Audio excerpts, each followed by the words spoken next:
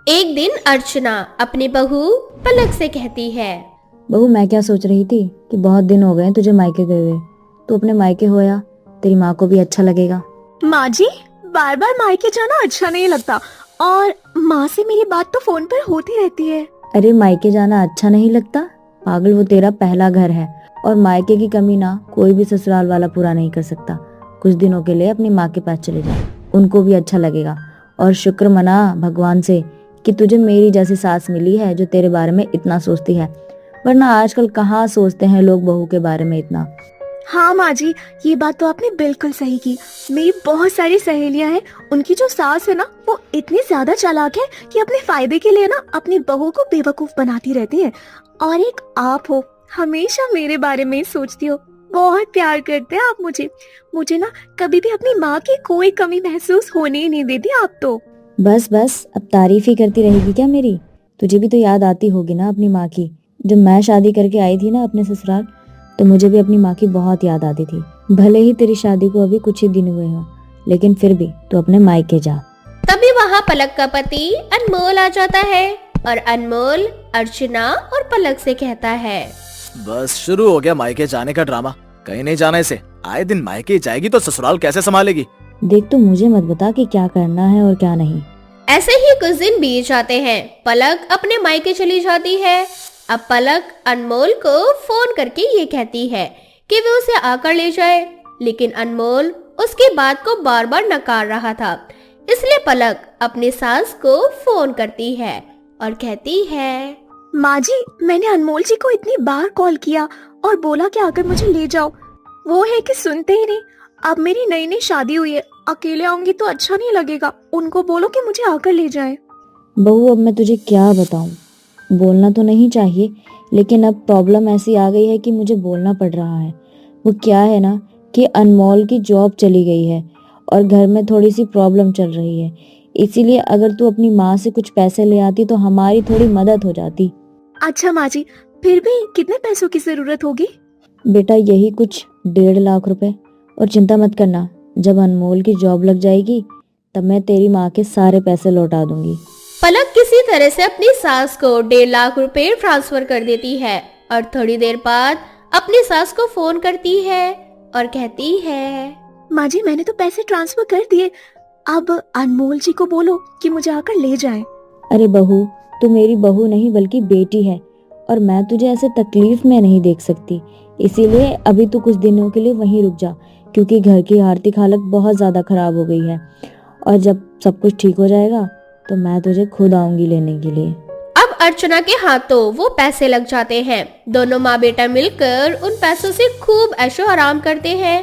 देखते ही देखते कुछ महीने और निकल जाते हैं और एक दिन फिर से अर्चना फोन करती है और पलक से वही अपना रोना गाते हुए कहती है, बहू, माफ करना, मुझे बार बार तेरे आगे झुकना पड़ रहा है। देखना, तेरे पति की कहीं जॉब ही नहीं लग रही। जो तुझसे मैंने 1.5 लाख रुपए उधार लिए थे वो भी मैंने कर्जे में किसी को दे दिया। अब घर में 1 रुपए नहीं है। क्या तू अपनी माँ से मेरे लिए फिर से मदद मांग सकती है क्या? और इस बार ना 2 लाख रुपए भिजवा दे। मैं वादा करती हूँ मैं सारे पैसे लौटा दूंगी। पलक को लगता है कि सच में अर्चना की बात सही है। बिना कुछ सोचे समझे वो अपनी सास को पैसे दे देती है। ऐसे ही कुछ समय बीत जाता है। अर्चना और अनमोल दोनों मिलकर धीरे धीरे पलक से पैसे ऐंठने लगते हैं। पलक को अब समझ में आने लगता है कि कुछ तो गड़बड़ है। ऐसे ही एक बार फिर से अर्चना पलक को फोन करती है और फिर से पैसे मांगने लगती है, जिस पर पलक कहती है, ठीक है माँ जी, मैं आपको कल तक पैसे किसी न किसी तरीके से भिजवा दूंगी, आपको टेंशन लेने की कोई जरूरत नहीं है। पलक बिना किसी को जानकारी दिए अपने ससुराल पहुंच जाती है और ससुराल का नजारा देखकर उसकी आंखें फटी की फटी रह जाती है। वो देखती है कि उसकी सास और पति दोनों खूब मस्ती में अपने कुछ दोस्तों के साथ पार्टी कर रहे हैं। तभी अनमोल की नजर पलक पर जाती है, जिसके बाद दोनों माँ बेटा एकदम शांत हो जाते हैं और उनके सभी दोस्त वहाँ से चले जाते हैं। तभी पलक गुस्से से कहती है, अच्छा, तो ये थी आप लोगों की मजबूरी। मेरे पीठ पीछे रहकर मुझसे धोखा कर रहे थे आप दोनों मिलकर धीरे धीरे मुझसे पैसे ऐंठ रहे थे। आपके अंदर लालच भरा है ना, इसीलिए तो आप दोनों मुझे मेरे मायके भेजकर बेबसी का बहाना बनाकर आए दिन मुझसे पैसे निकलवा रहे थे। क्या चल रहा है आप दोनों के मन में? हाँ अरे नहीं बहू, तू ना गलत समझ रही है। दरअसल ये जो पार्टी थी ना, वो अनमोल की जॉब लग गई है ना, इसीलिए। अरे वाह, मेरे पति की जॉब लग गई और आपने जॉब लगने की खुशी में पार्टी भी रख ली घर में, और एक पत्नी को इसकी खबर तक नहीं है। अभी कल ही बात हुई थी मेरी आपसे, कल तक तो आप रो रहे थे कि आपको पैसों की जरूरत है, और आज अचानक से आपके बेटे की जॉब लग गई। जॉब लगने के साथ साथ आपने अचानक से पार्टी भी रख ली। वाह, ये बात तो हजम नहीं हो रही। मेरी सासू माँ, इतनी चालाकी करोगे आप मेरे साथ, मैंने सोचा नहीं था। अरे नहीं बहू, तू अभी भी हमें गलत समझ रही है। वो दरअसल बात ये है कि अनमोल के दोस्त अचानक से आ गए थे और बस सब कुछ अचानक में हो गया। अच्छा, तो आपके दिमाग से निकल गया। पैसे मांगने के समय आपके दिमाग से कुछ नहीं निकला होगा। आपको बस माइंड में ये था कि आपको पैसे मांगने हैं और उन पैसों से आपको ऐश करना है ना? यही चाहते थे ना आप दोनों? आपको अपनी बहू से कोई मतलब नहीं है, सिर्फ और सिर्फ उसके पैसों से मतलब है। अगर इतनी ही पार्टी करने का शौक है, इतना ही घर में पैसे रखने का शौक है, तो खुद कमाना सीखो ना। दूसरों का पैसा हड़पना बहुत आसान होता है और कमाना उससे भी ज्यादा मुश्किल। पलक की बातें सुनने के बाद अनमोल को गुस्सा आता है और वो गुस्से में पलक से कहता है, ओए सुन, बहुत देर से तेरी ना पटर पटर सुन रहा हूँ मैं। ये मेरा घर है, मैं अपने घर में पार्टी करूँ, जो मर्जी करूँ, तुझसे क्या लेना देना। और रही बात पैसों की, तो तू इस घर की बहू है, तेरा फर्ज बनता है अपने ससुराल वालों को खुश करना। और अगर मैंने तुझसे कुछ पैसे मांग लिए तो इसमें तूने कौन सा हमें परेशान कर दिया है? हाँ, लड़की वालों का फर्ज बनता है कि वो ससुराल वालों को हमेशा दे। पलक और अनमोल के बीच बहुत गंदी बहस हो जाती है, जिस पर अनमोल को गुस्सा आता है और वह पलक को खींचकर 2-3 थप्पड़ मारने लगता है और कहता है, बहुत हो गया तेरा माँ, अब इसको ना कैसे भी ठिकाने लगा दे, अब इसकी जुबान ज्यादा चल रही है। तभी वहाँ पुलिस आ जाती है। दरअसल ये पुलिस पलक की माँ अनीता लेकर आई थी। आप लोग सोच रहे होंगे कि कैसे आ गई मैं यहाँ पर, और ये पुलिस कैसे आ गई? पुलिस मैं लेकर आई हूँ। दरअसल पलक बहुत परेशान थी, वो मुझे बिना बताए अपने ससुराल आ गई। मैं भी उसके पीछे पीछे निकल गई और बाहर से ही सारा नजारा देख रही थी। फिर तब मुझे लग गया कि अब ये मामला पुलिस में जाना बहुत जरूरी है, वरना ऐसे गुनहगारों को सजा कैसे मिलेगी। पुलिस अनमोल और उसकी माँ को गिरफ्तार करके सलाखों के पीछे डाल देती है, जिसके बाद से पलक कुछ ही समय बाद अनमोल से तलाक ले लेती है और अपने जीवन में हंसी खुशी आगे बढ़ती है। गौरी को अपने गोरेपन पर काफी घमंड था। गौरी अक्सर काले लोगों से दूर रहा करती थी। ऐसे ही एक दिन गौरी के लिए एक लड़के का रिश्ता आता है, पर उस लड़के का रंग थोड़ा काला होता है। उस लड़के का रंग काला देखकर गौरी का मुंह बन जाता है और वह सभी के सामने उस लड़के की इंसल्ट कर देती है। मिस्टर, तुम जो भी हो, यहाँ आने से पहले क्या तुमने एक बार शीशे में अपनी शक्ल नहीं देखी, या फिर मेरी फोटो नहीं देखी? मैं कुछ समझा नहीं। अगर कुछ समझे नहीं तो एक बार शीशे में खुद को और मुझे देख लो। कहाँ मैं गोरी और सुंदर और कहाँ तुम काले कल्लूटे। तुम्हें देखकर तो ऐसा लग रहा है जैसे कि अमावस की रात मेरे घर खुद चल कर आ गई हो। मिस गौरी, अगर मैं आपको पसंद नहीं तो आप सीधा सीधा भी बोल सकती थी। आपकी हिम्मत कैसी हुई मेरी इंसल्ट करने की? और अगर मैं काला हूँ तो क्या हुआ, मुझे खुद पर गर्व है। गोरी चमड़ी लेकर मैं दिल काला नहीं रखता। गौरी बेटा, ये क्या हरकत है? तुम घर आए मेहमानों के साथ ऐसी बदतमीजी कैसे कर सकती हो? क्या मैंने तुम्हें यही संस्कार दिए हैं? बहन, हमें नहीं पता था कि तुम्हारी बेटी को अपने गोरेपन पर इतना घमंड होगा। अगर हमें पता होता तो हम इस घर में आते ही नहीं। माना कि मेरा बेटा थोड़ा सांवला है, पर इसका मतलब ये नहीं कि तुम्हारी बेटी मेरे बेटे का मजाक बनाए। बहन, मैं अपनी बेटी की तरफ से आपसे माफी मांगती हूँ। अरे बहन, तुम्हारी बेटी क्या इस रिश्ते को ठुकराएगी? मैं खुद इस रिश्ते को लात मार कर जाती हूँ। रुको माँ, जाने से पहले मुझे एक बार लड़की का असली चेहरा तो दिखा देने दो। गौरी, तुम जिस काले रंग से भाग रही हो, तुम्हारी किस्मत उसी काले रंग से लिखी गई है। तुम्हारी पूरी जिंदगी काले लोगों के साथ बीतेगी। इस तरह से लड़के वाले नाराज होकर वहाँ से चले जाते हैं। लड़के वालों के जाने के बाद निकिता गौरी को खूब समझाती है, पर फिर भी गौरी अपनी माँ की एक नहीं सुनती। माँ, सच में मुझे समझ नहीं आता कि आपको आखिर हो क्या गया है। आपको दिखाई नहीं देता क्या मैं कितनी गोरी और सुंदर हूँ? फिर भी आप मेरी शादी उस काले बंदर से करवाना चाह रही थी। अब ऐसे ही कुछ दिन बीत जाते हैं और एक बार फिर गौरी के लिए अमर नाम के बहुत ही अच्छे लड़के का रिश्ता आता है। पर अमर का रंग भी थोड़ा काला होता है और निकिता नहीं चाहती थी कि इस बार भी उसके हाथ से ये रिश्ता निकले, इसलिए वो गौरी से सारा सच छुपा लेती है और धोखाधड़ी से अपनी बेटी की शादी अमर से करवा देती है। शादी के बाद जब गौरी अपने पति और ससुराल वालों का काला रंग देखती है तो उसके पैरों तले जमीन खिसक जाती है। माँ ने तो कहा था कि मेरे ससुराल में सभी लोग गोरे हैं, पर यहाँ तो सारे के सारे काले खलूटे हैं। मुझ जैसी गोरी चांदनी को माँ ने काले लोगों के बीच कैसे धकेल दिया। अब मैं इन काले लोगों के साथ कैसे रहूंगी? मेरे साथ इतना बड़ा धोखा। गौरी क्या हुआ, तुम बहुत परेशान नजर आ रही हो। परेशान तो नजर आऊंगी ही ना, आखिर आप सब लोगों ने मिलकर मुझे इतना बड़ा जो धोखा दिया है।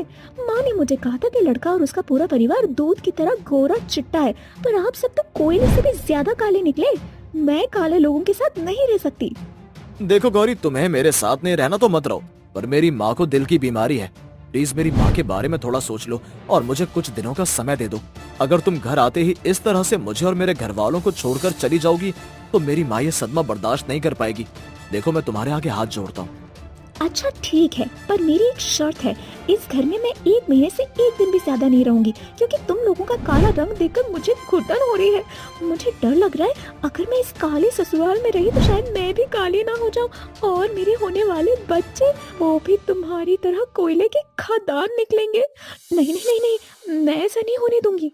अमर गौरी के आगे रिक्वेस्ट करता है, जिसके बाद गौरी रुकने के लिए मान जाती है और वो अपनी हरकतों से बाज नहीं आती। गौरी को आए अभी 4 दिन भी नहीं हुए थे कि उसने अपना असली रूप दिखाना शुरू कर दिया था। आपकी हिम्मत कैसे हुई आंटी जी मेरे मेकअप के सामान को हाथ लगाने की? बहू मैं तेरी आंटी नहीं बल्कि सास हूँ, और मैं तो बस यहाँ तेरा मेकअप का सामान देख रही थी। कल तेरी ननद का कॉलेज का लास्ट दिन है और उसने मुझे बोला था कि मैं तुझसे एक बार बात कर लूँ, ताकि कल वो जब वो कॉलेज जाए तो तू उसका मेकअप कर दे। परी नाम रखने से कोई परी नहीं बन जाता आंटी जी, और आपका तो पूरा खानदान काला कलूटा है। और इस सच को मान लीजिए, और आपकी परी को मैं कितना ही मेकअप क्यों ना लगा दूं, कोयला हीरा नहीं बन सकता। बहू तू मत भूल कि हीरा भी कोयले की खदान से ही बरामद होता है। और एक बात मैं अच्छे से जानती हूँ कि तू हम घर वालों को बिल्कुल भी पसंद नहीं करती, क्योंकि हम सब काले हैं और मैंने तेरे और अपने बेटे की बातें सुन ली थी। इसीलिए अब मैं खुद कहती हूँ कि तुझे अगर यहाँ से जाना है तो चली जा। इस तरह से गौरी की सास वहाँ से चली जाती है, पर गौरी की माँ ने भी उसे सख्त हिदायत दे दी थी कि वो गलती से भी अपने मायके में कदम ना रखे। अब गौरी के पास ससुराल में रहने के अलावा और कोई दूसरा रास्ता नहीं था। इस तरह से गौरी अपने ससुराल में तो रहती है, पर अपने ही ससुराल वालों को परेशान करके रख देती है।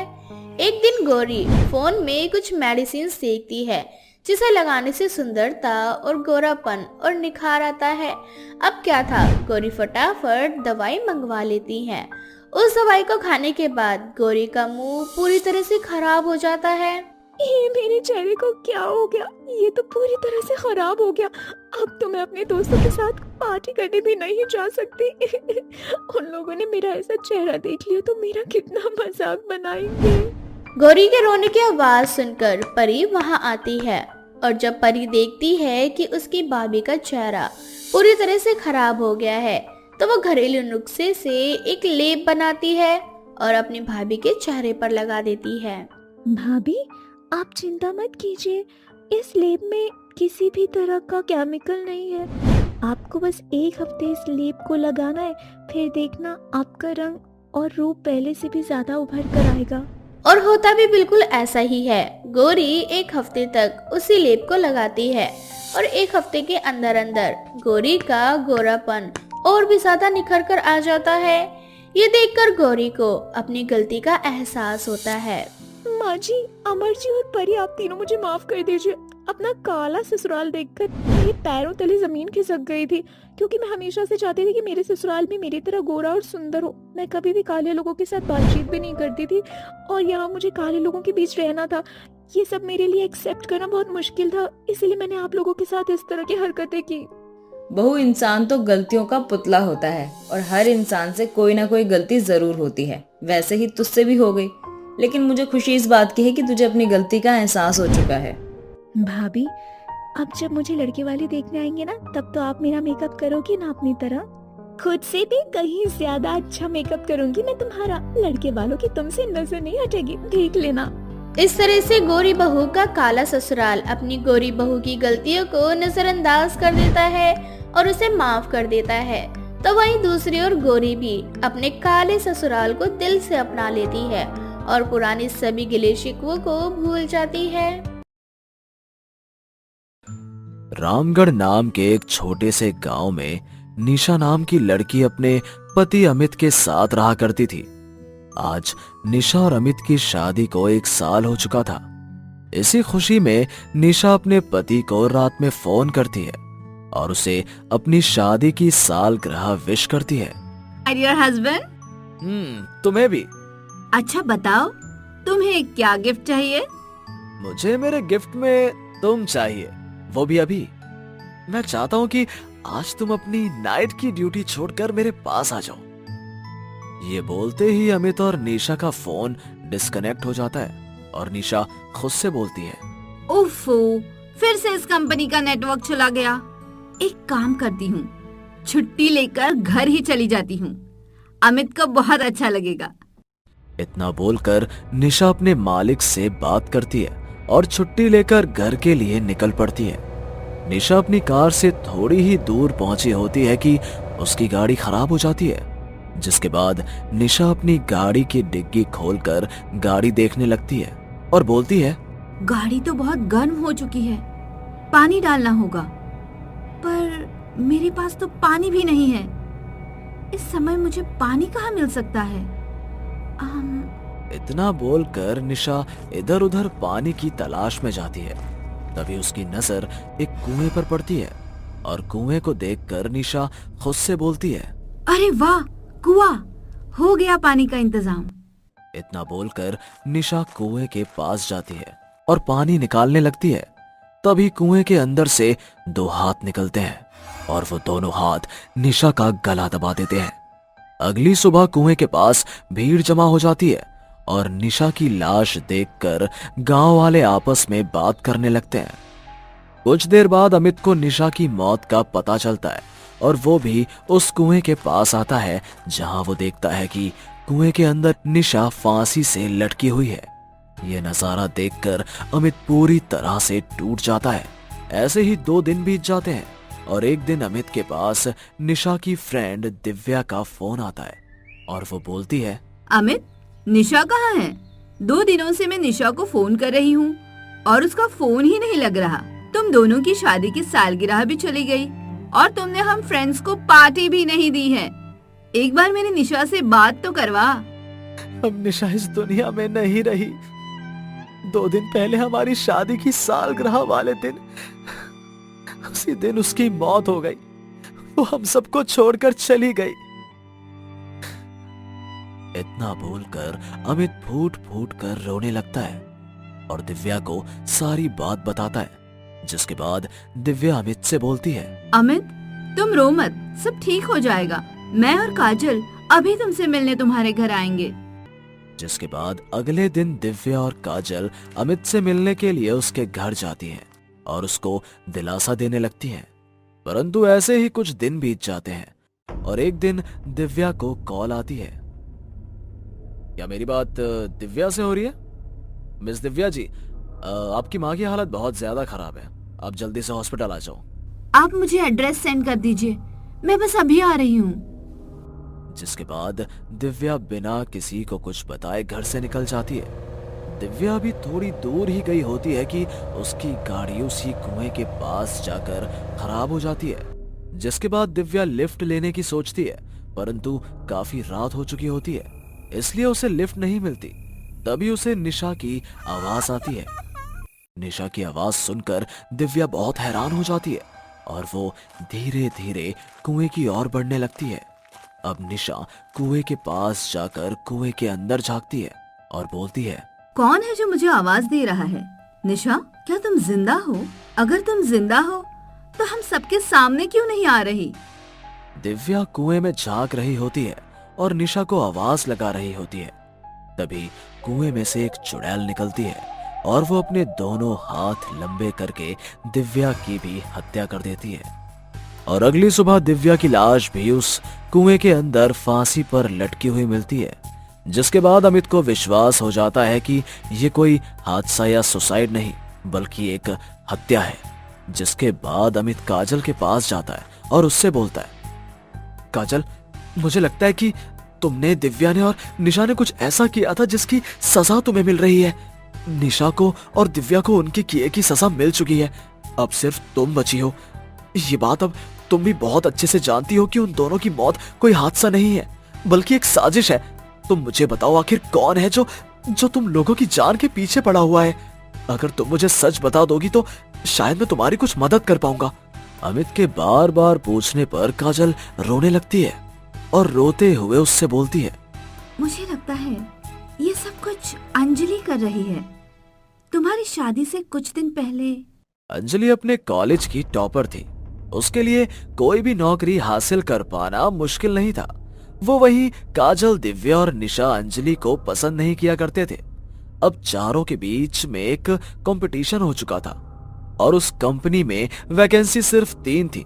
इसलिए वो तीनों दोस्त मिलकर एक प्लान बनाते हैं और एग्जाम वाली रात को वो तीनों मिलकर अंजलि के खाने में नशे की दवाई दे देते हैं, जिस वजह से अंजलि वो एग्जाम नहीं दे पाती और उसके हाथों से नौकरी चली जाती है। वो नौकरी ही अंजलि का एक लास्ट सहारा थी, पर अब अंजलि को वो नौकरी नहीं मिलती तो अंजलि कुएं में जाकर फांसी से लटक कर खुदकुशी कर लेती है। जब हम लोगों को अंजलि की फैमिली के बारे में पता चला कि उसे इस नौकरी की इतनी ज्यादा जरूरत थी, तब हमें अपनी गलती का एहसास हुआ। पर हमने अंजलि और उसकी फैमिली के साथ कुछ नहीं किया। शायद वो अंजलि ही है जो हमसे बदला लेने के लिए आ चुकी है, और मुझे लगता है कि उसी ने दिव्या और निशा की भी जान ली है। मुझे बचा लो अमित, नहीं तो वो मेरी जान भी ले लेगी। तुम तीनों ने बहुत गलत किया है। तुम तीनों की बचकानी हरकतों की वजह से एक निर्दोष ने खुदकुशी कर ली, पर मैं तुमसे वादा करता हूं मैं तुम्हें कुछ नहीं होने दूंगा। जिसके बाद अमित एक बाबा के पास जाकर काजल के गले में भगवान जी का लॉकेट डलवा देता है और बाबा के साथ उस कुएं के पास जाता है। बाबा कुएं के पास जाकर कुछ मंत्र पढ़ते हैं और चुड़ैल बाहर आ जाती है। जिसके बाद बाबा उसके ऊपर देवी माँ का पवित्र सिंदूर और गंगा जल छिड़क देते हैं और अंजलि की आत्मा को शांति मिल जाती है। तो वहीं काजल अपनी भूल सुधारने के लिए अंजलि के घर वालों का खर्चा उठाती है और उसके माता पिता का इलाज करवाती है और अपनी गलती को सुधारती है।